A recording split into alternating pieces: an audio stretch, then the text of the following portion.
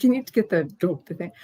Hello and welcome to the Mighty's Facebook Live pages. I'm sorry, I had an arrow in my nose, so I had to move that. Oh my. I didn't expect that. Oh my. Okay, speaking of pages, we have got so many pages for you. And pages. And I think I want to do, John Garrett is my co-host, and I are going to take turns reading the pages, and I want you to take a deep breath first. So our pages include, John, you have to exhale. Chronic illness, chronic pain, chronic warrior, chronic fatigue. I'm fatigued and worried about you. Let it out. Let it out. Let it out. Yeah. Okay, there you go. We're also on the cancer page. We're on the mental health page, PTSD. Every day is a mental health day. You can say that again, sister. Every day is a mental health day. And their flagship page, the Mighty site. Woo! That is really mighty. Hello, M. Christopher. Nice to see you. So welcome to our show. It's called the Trauma Illness Paradigm. Trauma illness paradigm. Had to say that again. There you go. And we're so glad you could join us. We are. And my name is Cynthia Toussaint, and I will be your co-host for this 45-minute segment of the Trauma Illness Paradigm. I am also the founder and spokesperson at the nonprofit For Grace, where we help women with high impact persistent pain. Indeed. Over to you. Right. And I am, I'm this guy, John Garrett. The guy. I am director. The guy with the long hair. I'm the guy with the long hair. The girl with the short hair. The guy with the long hair. And I am a director at For Grace and also the co-host of this wonderful show. And on this wonderful show, again, the Trauma Illness Paradigm, maybe we'll call it TIP for short. TIP, because this is the tip of everything's an acronym of something really big. Tip of something big. Yeah, there you go. And this is the tip of something really big is that we're going to explore how trauma can lead to toxic stress, which puts people at a higher risk for developing chronic illness. It surely does. And the reason that John and I are fascinated by the link between trauma and illness is personal. We have both experienced a great deal of trauma. And as a result, we've, in a way, we have both experienced a great deal of illness. And for me, that includes 38 plus years of high impact pain. And last year, 2020, it was a bad year for some, but ultimately triumphant for us. I became a survivor of triple negative breast cancer. Indeed. So now where do you fit into that? I do picture? fit in this because for those 38 years, I have been a day-to-day caregiver. For you. So I'm definitely a part of this. So we've got a lot of skin in the trauma illness paradigm game, right? Man, we have got so much skin. I've got so much skin in this game. I am chafing. Okay. So I put up with this for 40 plus years. Chafing. You can put up with it for 40 if anybody has minutes. a moisturizer out there, just send it over and I'll Renata Hill, what is high impact pain? How would you describe high impact pain? It's not acute pain where it doesn't impact you for a long period of time, but it's chronic and it affects every part of your life. And I have to say negatively. Yeah, unfortunately, it usually is one that, causes a lot of functional problems, disabilities. I use a wheelchair still 38 years later and just, so that's pretty good. And Melissa, hi, I'm going to get to you right after I say, and this is the reason I love the Mighty. I want to just do a call out before you introduce our wonderful guest today to everybody watching us at the Mighty. We love the Mighty for so many reasons. But the main reason is all of you watching. You are forever inquisitive and you're sharp, and what else? Oh, you're empowered. You're enlightened. You have lived the experience. Yes, you have lived the experience. You are the experts, and I really want this to be an interactive show. We want this to be interactive. We want to learn from each other, and that's what this is all about. So on the trauma illness paradigm. So please don't be shy. And I don't have to really tell you, but send in your comments and your questions, and we look forward to taking them throughout the show. Yes. Hi, everyone. Kathleen Moore. Hi, everybody. Hello, so Kathleen. Please introduce our wonderful guest. Oh, my gosh. Do we have a wonderful guest today? We do. And we certainly do. And our guest is Maria Socolof. Maria Socolof. There we go. Maria is a chronic pain and trauma survivor, health scientist, author, and public speaker. She holds a Master of Science degree in Environmental Health Sciences from the Harvard School of Public Health. Harvard. Now, I think I've heard of that. I think they're a small school. School, kind of under the radar. Nobody's heard. But I hear they're good. But a really good, fine school. Yeah. And in the span of 22 years, she's worked on environmental research as an environmental research scientist, manager, and technical writer. When chronic pain besieged her in 2005, Maria was forced to focus on healing, and with over 15 years of personal experience and research on chronic pain behind her, she has written her first memoir, The Invisible Key. She now uses her writing and speaking to support others who are healing with pain and trauma. That's right. And here is the book. There it is. Here it is, The Invisible Key. Yes. Thank you, Vanna White. Mm-hmm. Unlocking the mystery of my chronic pain. I think I got that right. Yes. Unlocking the mystery of my chronic pain. I highly recommend that you go to Amazon, pick up The Invisible Key, and give it a read or two. I did. I promise that you'll learn a lot. Indeed. So with all of that said, welcome Maria Socolof to the Trauma Illness Paradigm. Hi, Yay! Maria. Hello, Yay! hello, You get a hi. round of applause because it worked. Yeah. Thank you so much for being our guest today. Oh, thank you So so much for having me. It's so exciting to be here and to see you in live person because we've talked before or emailed before. So this is And wonderful. we are getting so many comments already from people, and this is really great. Yes. This is a very interactive show. And Maria, you and I met, I would say a couple of years ago. You reached out because you were doing this great work with trauma and pain. And we were doing some of that work, but we didn't hear from many people who were. And so I was very excited to learn that you were not only speaking about trauma leading to pain, and I don't know if you speak about other illness, but obviously we know trauma leads to so much illness, and you were also writing about it. So that was really exciting. And you're coming to us from where today? From Long Island, New York. Long Island, New York. So it's late in Long Island. We gotta get moving. 4 o'clock, yeah. Yeah, it's almost dinner time. So I want to just dive in. Can you tell us what your life was like before you had pain? Yes, I had a charmed life, really. It was a wonderful life. And you don't hear that from a lot of people. So I don't want to turn people off to say, oh, I'm not going to be like her. Just wait for the story. But yeah, I really had I would say a perfect life. And I always believed that till I was 40, in my 40s. Two parents with lots of love in the household, 2 brothers. I was a gymnast from age 12 to 22. I competed in college, and that was my passion. And I got to do that all through college and graduated, went to college, graduated from college, went to graduate school, got a great job, got a great husband, had 2 kids, still doing my gymnastics because I was not willing to give that up, even though you can't really compete after college unless you're in the Olympics. And I certainly wasn't at that level, but I just got to do everything I wanted, and I had that perfect life that I believe to be true. Yes, that sounds familiar. Yeah. I was a ballerina, and I felt like everything was perfect before pain too. So what triggered your pain? I rolled over in my sleep and ruptured a disc in my neck. I don't mean to laugh, but it's like, it wasn't a shark attack. It's absurd, it wasn't a fall. It wasn't falling off of a mountain. I mean, you rolled over in your sleep, and then as a result, you had so much pain. I mean, did that change your life completely? Oh yeah. I mean, and I was the gymnast in college who didn't ever have to go to the trainer. I was never injured. I was the one who never got hurt. And that's so interesting, because that was me too. I was a ballerina who thought that injured ballerinas were just I don't know, like kind of weak or broken. Yeah, I just used to say that they were weak. I didn't understand. Isn't that interesting? Yeah. We have a lot in common. Yeah. Wow. Yeah. So it absolutely changed everything. That's when my life changed, because I was very active even after, I was still doing just a little bit of gymnastics and teaching till I was 40. And, but I liked bicycling. I didn't really like anything else besides gymnastics as much. So that's why I kept doing that. But I was still active and hiking and whatever, just always. I was still strong, and I just felt like an athlete. That was my persona in my head. You were an athlete. And once an athlete, always an athlete. Yeah, I mean, right? if somebody would say, "Oh, you did gymnastics," and I would say, "Well, you were a gymnast?" I said, "Well, no, I am a gymnast." Like that was me. That wasn't what I did. That was me. It was like that. Once a dancer. Was that your? Dancer. Yeah. I mean, for me, I was a singer, dancer, actor, but I think my identity really was in being a ballerina. And when I got sick, it was just like, who am I if I'm not the ballerina? Right. Then I was kind of the broken ballerina. And we're getting so many comments, and I appreciate them. And everybody's telling us about their trauma. And yes, lupus can be caused by trauma, Susan. I have it. I have lupus. I have trauma and lupus. That's a good question. So then what? So Maria, so you rolled over, you injured your neck.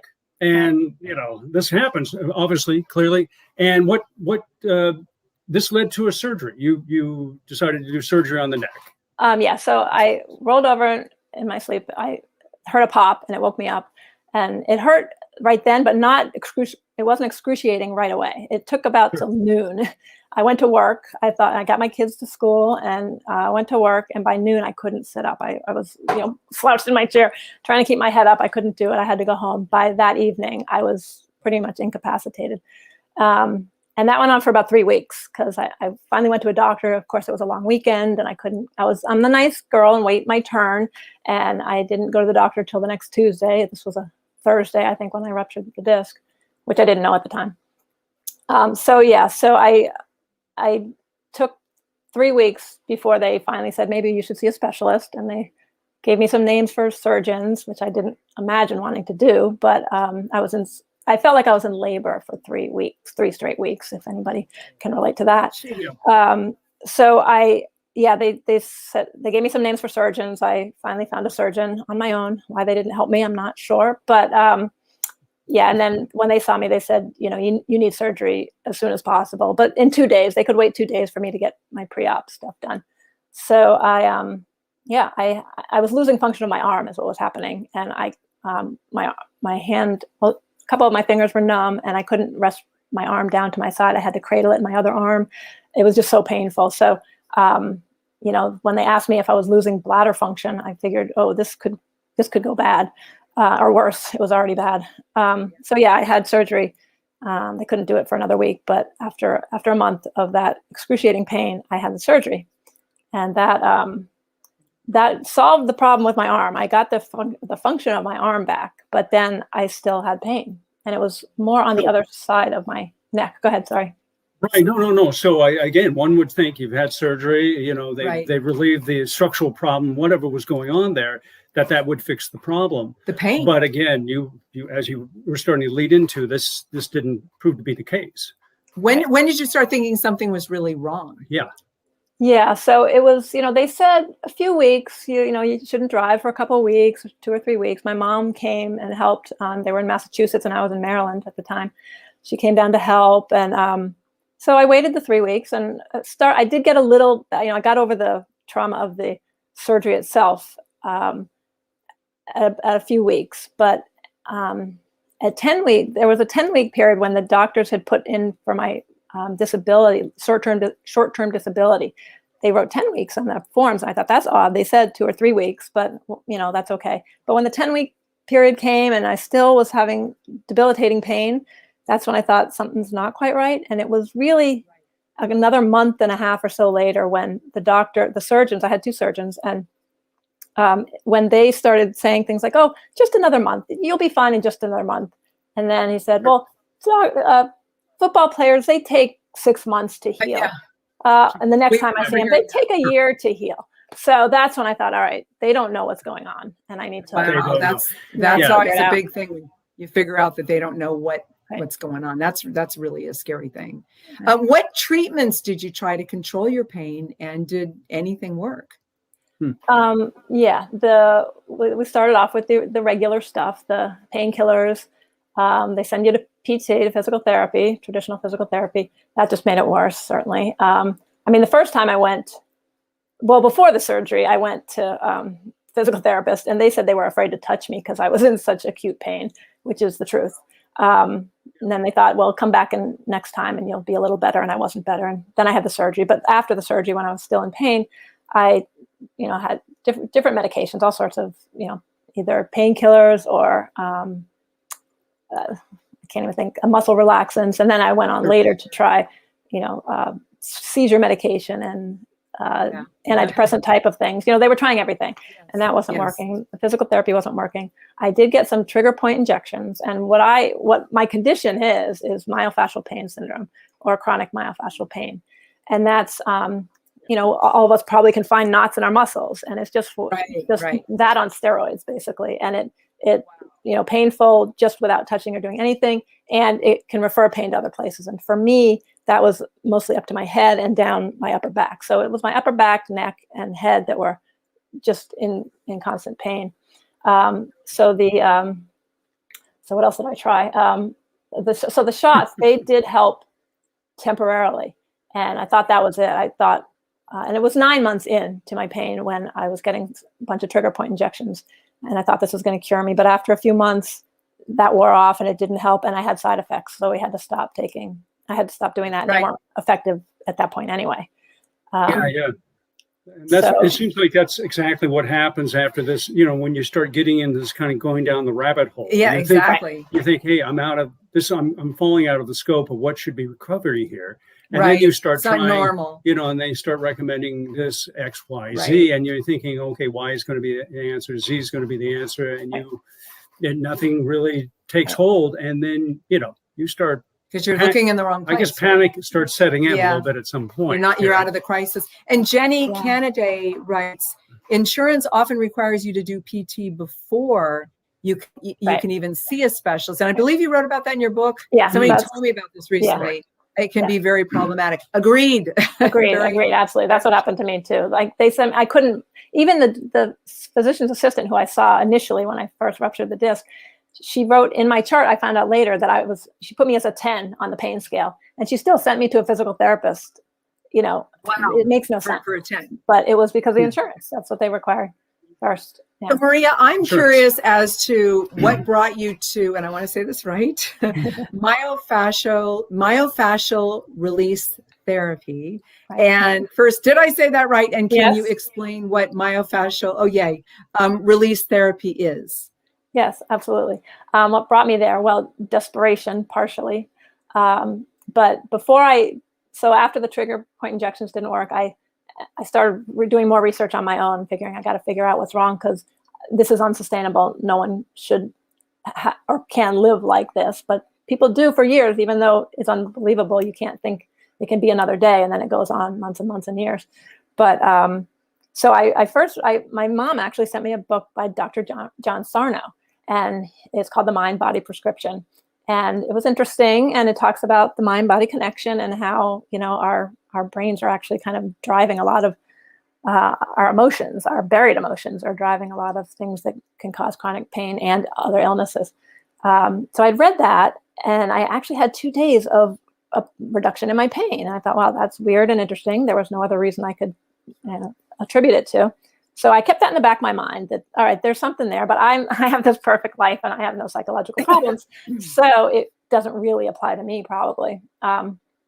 So blah, blah, blah. So we go on and I'm still in pain and still not knowing what to do. And it was actually a friend who told me about myofascial release therapy. And I first tried just from a traditional therapist, physical therapist, and I didn't realize there was a special method that she was recommending that I finally found another year later.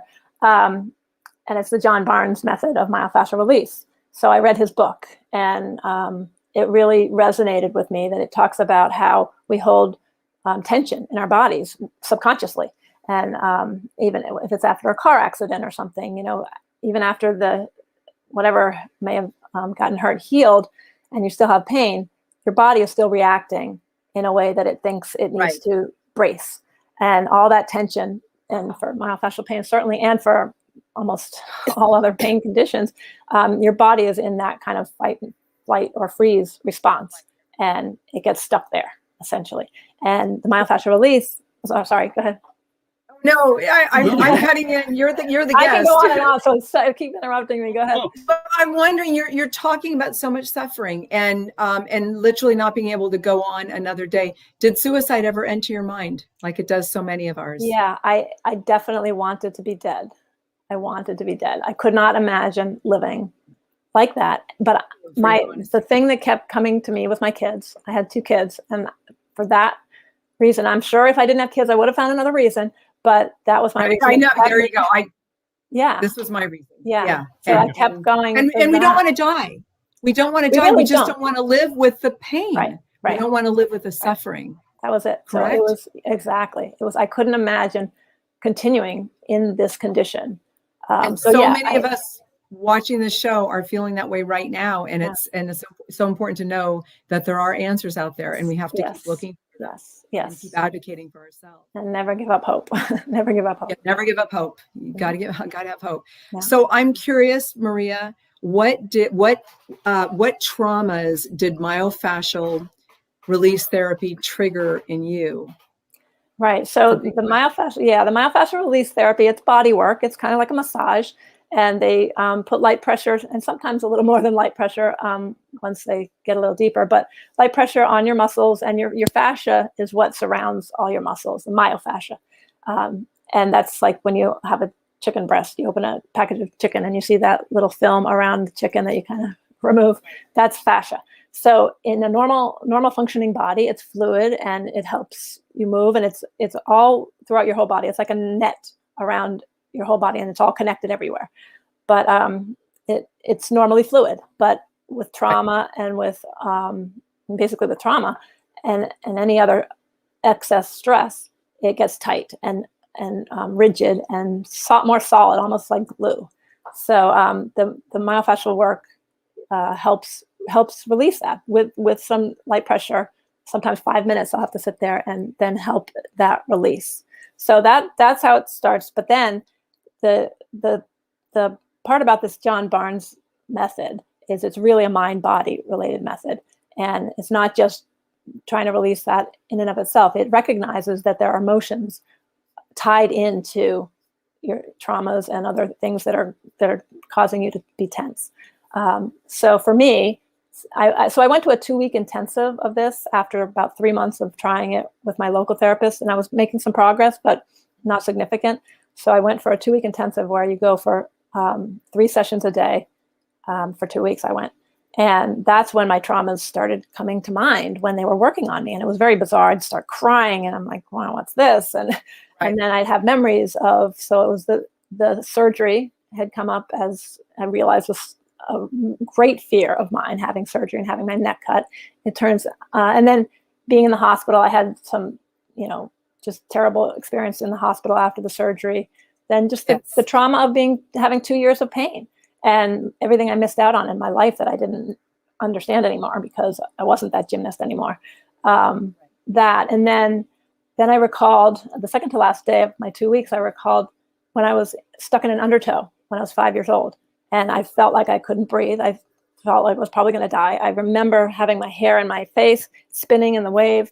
And I don't even know how I got out. But, that when I remembered that, and I was literally in the treatment room, sobbing but picturing this wave and like, it's just bizarre, weird, it seems very weird, but it's just what happened. And that's a lot what prompted me to write this. I was like, this is crazy stuff. I have to explain this step by step, because just coming in and telling people what I experienced was kind of out there for me, at least. I've got a scientific linear thinking brain. Right. And so that was the getting stuck in the undertow. And that started to make sense with maybe that's why I was so afraid of the surgery on my neck, and that I couldn't breathe after the surgery in the hospital. I was having trouble breathing because of my swollen throat. So it was sort of tied together. And then the biggest thing came my last day, and it wasn't even specifically during the treatment. It was when I was in the morning. I woke up from a dream of my last night, and I remembered that I had completely repressed a memory of being molested when I was likely 10. And that's just the most bizarre thing I can. That's the only way I can explain it. To have something, when I remembered, it was so clear and so vivid that I absolutely knew it was true. I felt like I had known it every day of my life when I remembered, but I consciously did not remember. And I had to grapple with, how could my life be what it was, that perfect life? How could I have a perfect life when that happened? And that was stuck in me for 32 years. That's what I was going to say. I mean, I'm doing EMDR now for trauma release, and I'm going back to so much trauma, but nothing that has come up that I've repressed. And after reading your book, I'm wondering, is something just going to hit me one day? Is it frightening to remember something very traumatic that you've forgotten literally for 30 plus years, or your whole lifetime, basically? Is that a frightening experience, or is it a freeing experience? Yeah, that's a really interesting question. I hadn't thought of it. It didn't feel frightening. It felt strange and bizarre. It's really the best way I can describe it. It wasn't frightening. Good to hear. It was shocking. It was shocking. I guess is a better word.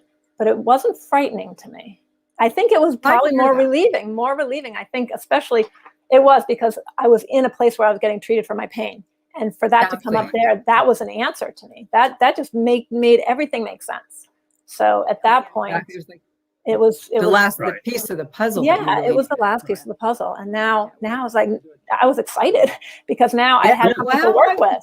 You know, I can. Yes, that's how I feel with my trauma release. It's so exciting. Right. And when I release the trauma, he knows, you know, I'm sobbing. Yeah. I want to go. I'm doing it with a practitioner on, you know, via Zoom. And I want to turn away from the camera because it's from my phone because it's so painful. And she keeps reminding me to breathe and not to look away because I'm releasing that trauma.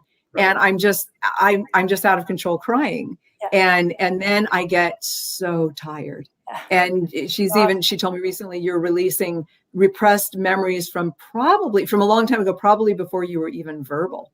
Right. And I'm like, wow, it's just, you know, amazing. Karen, we've got all kinds Karen of. Lee makes a comment about doing EMDR with her progressive pain issues, including CRIPS. It's been very helpful. Mm-hmm. Yay, Karen. Yeah. That's really good to hear. And she's talking about the trauma contributing greatly to her spiritual, mental, and physical health. And she's exhausted all care options and spent a year in dedicated trauma with specialists. I'm learning so much about trauma. I am completely fascinated by what I'm learning. And and just to be clear, and Maria, you're doing a wonderful job explaining this, of course. But again, this is in no way, shape, or form implying that the pain is, say, psychogenic in nature, meaning that it's a psychological manifestation or a psychiatric manifestation that there's actually no pain you're experiencing. But pain can have an emotional underpinning that can start a cascade of events, of physical and biological events that can then lead to pain. And that's right. That leads into your next question, actually. Right. And then trauma.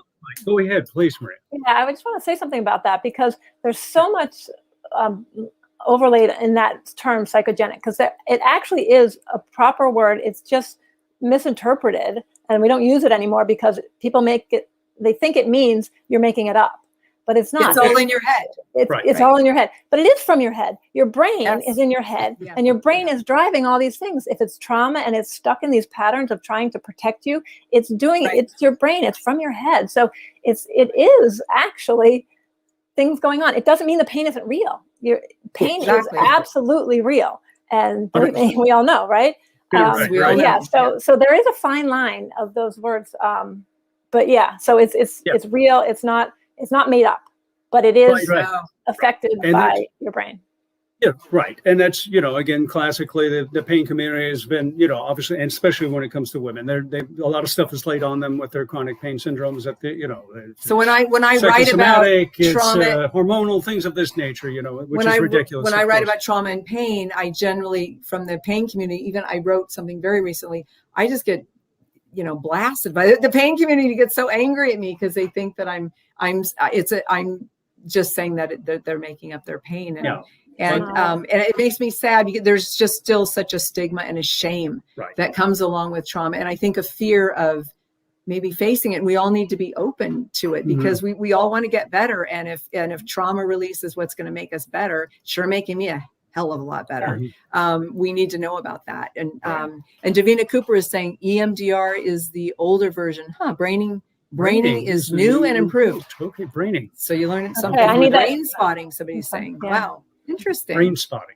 I hadn't heard that one. Okay. Yeah. So Maria, you mentioned the traumas that were flooding back into your consciousness, and that was during your lifespan, your current lifespan. Your current lifespan. Yeah. That's another show. And that's future lifespans we're going to have. Anyway, so also what might I was wondering if you how does generational trauma come into the mix? And if before you answer that, if you what you understand about generational trauma, can you tell us what that is? Yeah, sure.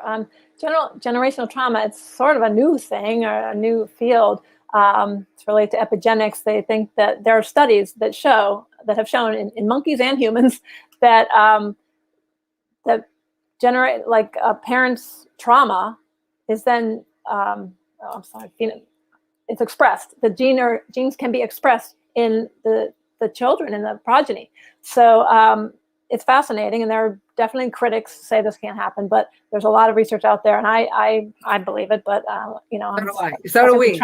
Stuck in this trauma world, and so I think the way I look at it is you're given a glass when you're born. Most people hopefully have an empty glass, and then things happen in your lifetime, and traumas and difficult situations happen. But with generational trauma, you're already coming in with something in that glass already. So it's like you're kind of at a deficit before you even start. And even, there's birth trauma and pre-verbal traumas and things. So even so early, we don't even know what's going on. So that's getting filled. And so I don't know. So did my trauma, because maybe I had some of these generational traumas or whatever else I don't even know about in there, that it spilled over. And when I was 40, I ruptured a disc by rolling over in my sleep, So exactly. I think I think as far as how that plays we have all kinds of, both of John and I have lots of generational trauma, and I mean it just goes back to all of our ancestors that we can trace back. And, there's theories that say it's not just a 1 or 2 generational in the past type of thing. This thing can roll on. I mean, generationally, we can be speaking decades. Hundreds of years, even, there's even the idea they could have been thousands of years in our background that brought us to this point. So when you rolled over and you did something to your neck, there it was, thousands of years of past trauma finally expressed themselves. And maybe with Cynthia, when she tore that hamstring in the ballet class, that was the triggering events that finally brought this to when I've actually even learned with EMDR that it's like being children of alcoholics. It's a family disease, CRPS, complex regional pain syndrome, and I'll bet you all pain diseases are. It's a family disease, and it's a dysfunctional family, and somebody is chosen as the fixer, and that's a really, that's an impossible job, and we become perfectionists, and we become experts at being at perfectionism, and eventually our pain is actually there to. That is just basically it's a coping mechanism to basically say we can't do it anymore, and actually the pain is a way, is a distraction from us to look at what is actually too overwhelming to look at, because the trauma is that severe. And when I learned that, it was overwhelming to me, but at the same time it really helped me to understand that I never understood why I played that part, and why almost. To this day, as of I finally let my family go, and it was the healthiest thing I ever did. But because I was literally given that impossible task, and it's good to know that people understand it, and it's just so comforting. Like you said, it's really comforting, even though I haven't had the repressed memories. Learning why I've taken the position that I've done. John is also a fixer in his family. And you guys have had great illness, but not you. He's lost both of his brothers, and you have another sibling who has dealt with cancer and alcoholic, situations. So which a lot like my family. So we can really relate, and we've got so many comments coming in. Yeah, Jenny, that's a great point you're making. Again, thank you for clarifying the pain is real. The gaslighting many of us have experienced from medical professionals just adds to the trauma. Thank you. Absolutely. Beautiful word. I love gaslighting, and exactly. Yeah. Ding, ding, ding. Thank you so much. Trauma comes in many different shapes and forms. What do you call that? You call medical trauma? Oh, I call it medically induced trauma. And I just went through a whole bunch of it, and that's for another show. We're going to talk. I was so traumatized by what my doctors did recently. I mean, I almost had surgery that I did not need, and they literally were lying to me. So, oh my God. That was very traumatic. So, she's taking a break. Sorry, my dog is barking. My dog is barking. I was trying to close the door, but bring the dog in. It's just fun. Yeah, bring the dog. We're all having fun. So that's very, very important, of course. Yeah, because it kind of just rolls on. The trauma can just kind of roll on, because once you. But it's so incredible when we break the cycle, and that's what's happening here. I mean, you've broken the cycle, Maria. We have broken the cycle, and we had therapy about 2 years ago, and we'd been together for about 38 years or 39. And the therapist said in half an hour, "You do realize that you both played the fixer in the family, right? And that's why that was a big part of the attraction, right?" we had no idea. Talk about it was fascinating. Fool's paradise, being a fixer. In I didn't want to fix system. This guy. I didn't want to fix anybody, but it's really fascinating. Yeah. So, Maria, So you mentioned in your book, I believe you mentioned in your book that you're a near perfectionist. Did I get that right? Yeah, near perfectionist. I think I said something to that effect. Yeah. So I'm like ding ding. So ding. what do you think? What role does that play in trauma and pain? What do you think? I think it does. I think sort of what Cynthia was saying, just about being the fixer and just wanting to do everything right, because in my case it was something that happened in the family, and I didn't feel safe at some level, even though I had that perfect life consciously. I found from EMDR and from this myofascial release work that I did not feel safe. And those are the words. Do not feel safe. That's that equals trauma. Right. Those are the. And then you become a perfectionist. You do things to try to please everybody, to make sure everything's going to be okay. And that's sort of a coping mechanism. I don't know what it is, but I think that definitely plays a role, and it causes stress. It's a stressful situation to be in all the time, to be a perfectionist.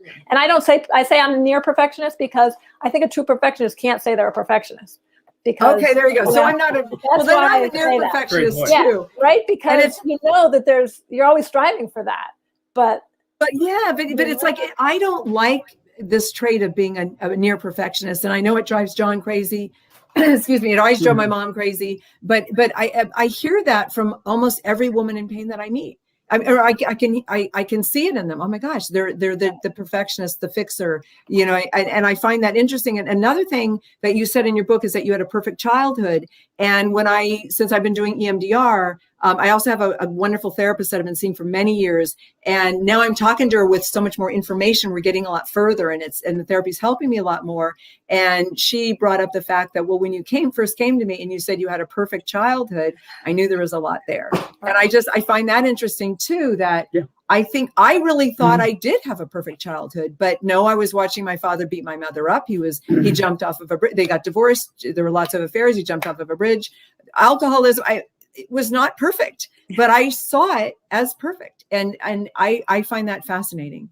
And so when you said you had to convince yourself otherwise, because it was unconscious. The way to cope. It was unconscious. And that is just fascinating to me. I think with Lisa, we just found out she is the fixer. Oh my God, you just gave me the word for what I am. There you go. Yeah, the fixer. It's quite an epiphany when you find out that's your dynamic in the family or in your social situation. And you didn't choose it. Your family chose it for you. It's very, very fascinating to learn that. Right. Yes. So I was going to ask you about the mind-body connection. You did touch on that, Maria. We'll still ask you, how important is the mind-body connection, and where does our subconscious, what part does our subconscious play in all of this trauma leading to illness? A huge part. And I think for me, I discovered that the mind-body connection is the key. Once I discovered from that repressed memory, and then right after that next day was my last day of my 2-week intensive, my pain just dropped significantly. And that's when, I'd say 40%, that might not sound like a lot, but when you're in the 7-8 range for 2 years, dropping to 3-4 is like you get your life back. And and I had, after that, not only did my pain drop and stay down, but I had hope. And that was just as important as anything else. So that connection, though, I believe is critical to understanding what could be perpetuating pain, because it's not that, you have a bulging disc. It sounds like a good idea, and it could be, but lots of people have bulging discs and no pain. So whenever they say there's, well, you have pain, but it's not. I'm a ballerina. We all have them, right? Yeah, exactly. It's not that's pain. All this other trauma is what's causing, in my opinion, is causing the pain. And our brains get in these patterns that they're trying to protect us. And it's at a subconscious level, and we can't control it. And even like you said earlier, it's so the emotional trauma is so painful that our bodies are kind of showing it as physical pain instead, because it's too painful to go to the emotional side. And we're trying to survive, I even do a lot of work with my inner child, my little girl. And she's so clever because she learned how to survive in a horribly traumatic situation. And she wanted to fix everything. And she can take me places where I can learn things. And that is really fascinating work as well. I want to touch on the ACE test. There is adverse childhood experiences. So ACE. Can you tell us, Maria, what the ACE test is and what your ACE score is? And can you explain that? Does it make sense to you? Right. So the ACE score, like you say, adverse childhood experiences, it was a study originally done in the 1990s. And it basically, there's 10 criteria, and you score yourself on whether you have any of these 10 childhood traumas. And they are indicative, the more you have, they're more indicative of adverse health impacts down the line as you grow. So there, like I said, there are 10. The first 5 are related to you yourself. It's, for example, emotional trauma, emotional abuse, sexual abuse, physical abuse, not having food and being cared for and things like that. Anyway, that was one of mine. Yeah. So there's 5 related to there, and then the other ones are about your caregivers or parents. If your parents are divorced or separated, if you witnessed violence toward your mother, whatever. If there's mental illness, depression, or suicide in your family, or and a couple. Being in jail, I think. Yes, being in jail, being in prison with mother. Right. So anyway, so those are all them. Well, and like I said, those are indicative of adverse health consequences down the line. Right. But interestingly, I score 0 because, so like I said, I did really have that perfect childhood, even though you thought you did. Like I thought I did at a level. There was only one incident that for me was my really big T trauma, as I call it. And so that was there since I was 10. So that was in my body and in my subconscious somewhere. But at the same time, I don't meet the criteria of that in the ACEs test for sexual abuse. You have to be a certain age difference, and that wasn't the case for me. Right. So on that scoring system, I score 0. So I just want to say that I think that method, that particular list is preliminary, or just they even recognize and admit that it's not comprehensive, but it's based on it's based on from the study really of what most of the people were saying ended up being health consequences later down the line, and that there was more research on those. So those are the 2 reasons those 10 got picked. So it doesn't mean that just if you don't have a score on that, that you may not have chronic pain, you may not have a chronic illness. And it doesn't mean you don't have trauma. Right. Because when you said that you didn't feel safe, those are the words that I always hear from my EMDR practitioner, not feeling safe. That's where the trauma comes from. Right. So, and I'm even wondering with you, if you have a lot of generational trauma and you were born with it. Yeah. I mean, even I found my grandmother was molested when she was young. There's all this fear I know in my family historically. So there's suicide on the other side. So, all of that generational trauma. And I'm sure that plays a role and makes it harder, and that the traumas build on each other. And it makes sense. But we need to work on that ACE test. It's a good start, but we need to keep working on it. He scored a 4, I scored an 8. Which I think was pretty accurate. Right. Classically, if you score 4 or above, you are at a higher risk of developing chronic illness and chronic pain falling into that. But again, Jenny makes a good point here. Jenny says, my pain doctor's office asks you if you were molested as a child every time you have an appointment. I think that is very wrong. And yes, that is, of course, very wrong. It implies that your pain is something generated. And also, is that answer going to change with every visit? I mean, right. Well, nothing like rubbing something in. The good point. Right. I mean, It's interesting because I have sort of had the opposite problem where my doctors don't recognize. Well, see, now it's hard to say. It's a really tricky line, this mental thing, because going in, if anybody had said that to me, I would be highly offended if a doctor had said that to me. But now that I know, and then back then I didn't know that I actually had been. So now that I know, I'm afraid to tell my doctors because they're going to think I'm crazy. And I do believe, and I know that it's a lot of what's perpetuating my pain, and that it's real pain. So I know that with me too. Yes, it's disconnect between what we think that the mind and body are separate, and they're not. And back to your question before, it's the mind and body together. They have to be seen together, and we're one organism that's affected by both. But for them to say that and insinuate that it's not real, go talk to a psychiatrist or something, that's very wrong as well. So if my dream is someday when doctors and all of society understand this connection, and we don't have to pit it against each other, and we understand that, yeah, I ruptured a disc, I have a physical problem, but the pain's not going away. What might be under that? Exactly. I'm not going to suggest everybody was molested, but there are emotions that we're carrying burdens, whether it's, like I said, the small T's, the big T's, trauma. Life is, you have to look at everything. Right. Yeah. We have to be open and look at everything. Right. Again, what we're talking about, why we're doing this show is, again, to suggest that this may be an underpinning to unresolved chronic pain. I mean, there are chronic, and other illnesses. There are chronic pain situations that happen because of structural problems. They can be remedied, and then your pain goes away. But again, we're also just exploring that there may be an underpinning of trauma in your life that is maybe a driver in this chronic pain condition that is being hard to resolve. So that's all. Again, it's to explore. It's to open yourself to that possibility and to maybe investigate it and see if you can find somebody that can assist you with that, if that is in fact a part of your background, or what have you. So Maria, where is your pain level now, and what part do you think trauma release played in your better wellness? Right now, at this exact second, I'm good. I don't feel pain right now. I'm having a good time. So I'm good right now.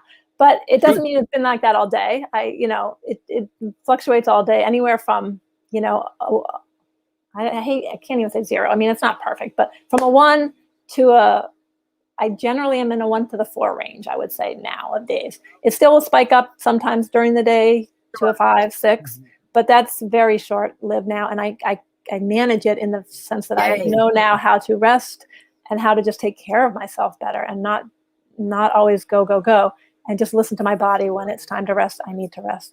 So it's very manageable because I've changed the way I don't work at the job nobody's going to work these days, but in 2009 I stopped working full-time, not even full-time, I was only part-time at that point. Still 4 years into my pain, I was still determined at the beginning to just still do it all. And that's when I stopped working, and it didn't just make my pain go away, but it definitely changed my whole outlook on how I operate. And that has helped me. I really learned with cancer to really take care of myself now. And I never really relaxed. I never took time off. I was just such a workaholic and the perfectionist, and now I've really learned stress management and of course, sleep hygiene, so important. I'm much better at that. Diet, exercise. But stress management is so important. Maintaining good relationships, healthy, safe relationships. Obviously good mental health, which is, again, making your life productive and full of things that bring you joy. If you can bring relaxation, things joyful and give you purpose and meaning, things of that nature. So there's a lot of hope, even though one is experiencing chronic pain, and especially if trauma is a part of that chronic pain. Right. So Maria, another question I have, and I think we touched on this a little bit. So when it does come to trauma, what do you recommend for people with high impact pain to find healing? That's a good question. I guess first I would say, learn about the mind-body connection. Just educate yourself on that. That's just one thing. And I loved what you said, John, before about that, this is my experience, and I'm coming from the fact that I know that I've had this trauma that has affected my pain. It's not everybody, it's not every case, but it's something to explore. And like Cynthia said, keep an open mind. Read about it, or listen to podcasts, whatever you can do in your condition. If you're lying in bed and you can't even hold a book, which I can relate to, if you can find ways to learn about it, there's a website, the TMS Wiki site. It stands for the Mind Body Syndrome Wiki, and there's great resources. I didn't put it on the chat, but there's a lot of great books and resources, podcasts, programs even, to help you access sort of the mind-body connection. And some people heal just from reading about it after years and years of pain. So that's the number one thing I would say. Educate yourself on the mind-body connection. Find a doctor who understands that connection and that is holistic and looks at the whole body and not just one part and say, oh, it's your neck, I'm going to only look there, because it's all, like I said, for fascia, at least for me in my situation, it's all connected, and most of us, that's the case. So look for a doctor who's, open to all things, and then start slow movement. Just lying around, I had to do that just to get over the worst of the pain, but start to move slowly, and just know that try to get rid of that fear of movement, and anything you do is going to make you in pain again, because that's half the battle. When you realize that thing has healed, or all your tests come out fine, and the doctor doesn't know why, you're no not structural problem. Right, you don't have that structural problem. Then that's enough to remind you that, okay, I can do a little bit, and celebrate every success, because you're gonna have setbacks. And you move a little, you're like, oh, I moved too much, I can't do that ever again. Well, no. Oh, I know. And yeah. That's what happened with me. I got so sick, and doctors weren't helping me. They didn't believe me. And I stopped moving. And to this day, I have to use a wheelchair for really any distance. Right. And I do believe if I had not stopped moving, I would not be using that wheelchair today. And that was like 36 years ago or something. Sure. And it's just, I wish that a doctor had told me everything that you're saying, Maria. Yeah. And then I guess the one last thing is a social network too, or some kind of support network. What for me, it was that myofascial release therapy that I did. They had an online forum thing, and I was part of that. And that was critical, because I wasn't seeing a psychologist. I, again, at the beginning, didn't have any psychological problems. Exactly. But I had that support of people who understood, and people who had healed and had gotten better, and hearing those positive stories. And even though mine was still dragging on, and I wasn't healing as quickly as some other people, but just having people who understand what you're going through, and just that help, support, I think is really important. Yeah, I think again that comes back. I'm sorry, that comes back to your word hope. You're with other people, and you know that they're getting well, and you know that you will. And another thing is, I don't think that you're looking for a cure, and this is something we're really big about it for Grace. We're looking for better wellness. We're looking for healing. We might not get that cure, but expectations, tempered expectations. Yeah, I mean, we really all want to get back to where we used to be, just like we are through this pandemic. We want to get back to where we used to be, but chances are that's not achievable. And that's, I guess that's really important. Yeah, I think that's really important. We might come back better. We might come back better. We don't know. It's going to be different. Yeah, keep hopeful. And because at the beginning, when people would say that to me, when I was in severe pain and couldn't imagine, that would make me angry. But now I get it. Yeah, but now I get it, because I was gonna get better. That used to make me angry too, actually. Yeah, like I'm gonna get there. That used to make me angry too. Everybody said I was going to be fine, and just next time you have an injury, get off of it. And I'm just like, I'm not fine. Something's really wrong. You're not getting it. So I'd forgotten that. Yeah, in the last few minutes here, Davina brings up another great tool to help yourself with chronic pain is meditation, because Cynthia's been using a lot of that a number of years now, but it is a practice. Yes, it is a practice to bring yourself down from that fight or flight and to rest and relax. And thank you so much, Davina. That's so important. I was going to say the last. Oh, sorry. I was just going to say the last thing too. I was going to say is the self-care and things like that. Things like meditation and just taking care of yourself. And then the other things like EMDR and other treatments. There's somatic experiencing. There's a lot of other things you can also try. There's, like I said, there's a lot of things, and they're all. Behavioral therapy, I know, is really helpful. I haven't tried that, but there's just so many things, and I think just in our last question, because we do have to wrap up in a couple of minutes before coming up in the hour. So Maria, I know we could talk for hours. We have so many amazing comments here. I mean, this is killing me. But okay, so with your amazing book, The Invisible Key, what was the mission of your book? What do you see as the mission of your book? Other than teaching me so much. Yes, really it was too. Well, a few things, I guess, but just to give a little bit of story on this, I didn't set out in my life to write a book. I did my technical work, and that was fine. But when I had this memory come back and my pain drop like that, and it was so profound, I felt like I needed to share the story. So not only did I want to share my story with other people suffering from trauma and pain, and explain how you can heal, and even if I'm not completely healed yet, how I've made such a huge reduction in my pain, that I'm not that person who wants to drive off a bridge anymore. That there's hope, that you can heal. Chills. Yes. Well, I didn't hear that word. Chills. Yeah. So that you can heal and that you're not alone. And that was a lot of the point of what I wanted to do. I felt it was important from the trauma side and the pain side. That was one half of it. And then the other half was really to be another voice for kind of the world, the medical community, everyone, so we can get to that point where, like I said before, where we all understand the mind-body connection, where the doctors understand it, all healthcare providers, all of us understand it, so we don't go in and aren't offended if somebody mentions something that we might want to explore that. And if they're not, and assuming that they understand it too, the person talking to you, and that they are not accusing you of making something up, that they understand. This is my dream. You go into a doctor's office and they say, wow, okay, all your tests came back clear. That's good. But you still have pain. Now that's terrible. But what can we do about it? Oh, it looks like we can look into your mind and maybe work with that. Maybe there's trauma. Maybe there's some stress that you've had to deal with in your life that may be affecting your physical body, because there is a connection. And let's explore all these other things that work with trauma, that work with, body work, whatever it is. There's lots of resources out there to heal. And if we could all understand that together, we would be in such better shape.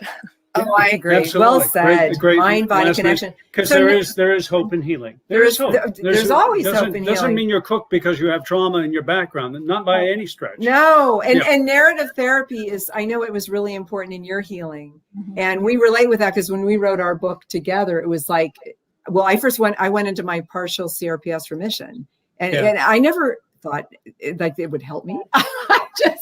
It's just amazing. And you spoke so much about narrative therapy helping you. So I love that connection. Yeah. And I know we're getting late here, but that was absolutely true. Because I started writing more like a compulsion when I remembered, and I had to put the story together. I had to make sense of it myself. And, but then I realized that was cathartic. I didn't go out because I think, oh, this is going to help me, I'm going to write.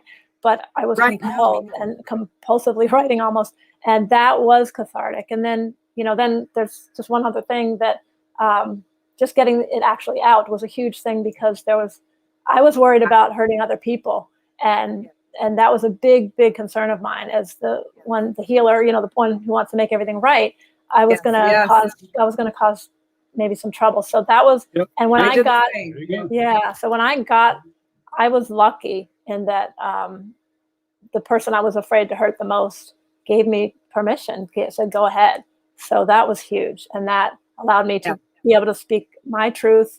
And because holding it in, I knew holding it in was hurting me, was physically hurting me. Right. So I wanted to get it out. So I wanted to be a voice for all those people who can't do that as well. So. That's great. Absolutely, and for me, I had a lawyer who told me who I had to change. I had to do stuff like that. But anyway, unfortunately, we do have to stop.